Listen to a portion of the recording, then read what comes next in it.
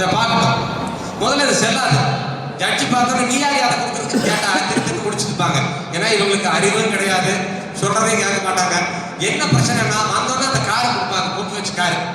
அந்த டவாலிகாரர் தான் ஐயோ கலெக்டர் வராரு கலெக்டர் வராங்க. கலெக்டர் பியூடு மேல எல்லாத்துக்கும் ஒரே முறையாக போனா அந்த பக்கம் சொல்லி பாருங்க, கம்மன் இருக்குவாங்க. நம்ம ஐயோ கலெக்டரே வராரு, என்ன கலெக்டர் வராரு. பின்னாடி ஏதாவது ஒளிவட்டம் இருக்குதா கலெக்டருக்கு? அப்படியே வானத்திலிருந்து அந்த மேல கூட்டத்துக்கு இறங்கி வராதா? ஒரு தேர்வு எழுதி அதுல பாஸ் ஆகி வரும். எல்லாத்துக்கும் ஒரே மரியாதை தான். பவித்ரா கூட கொஞ்சம் சிரமப்பட்டு எழுதியிருந்தேன்னா கலெக்டர் ஆகிக்கலாம். படிக்க வைக்கல போல இருக்குது. சரி எதிர்ப்பு போட்டு எதுக்கு சொல்றேன் அப்படின்னா, நம்மளாம் ரொம்ப அதிகமா அவங்களுக்கு கொடுத்து அவங்களுக்கு சட்டமும் தெரியாத, அவங்க வேலை என்னன்னு தெரியாத எவ்வளவு தற்கொலைத்தனம் பாருங்க. பூமி தான் அறக்கட்டளை கிட்ட பூமி இருக்குது.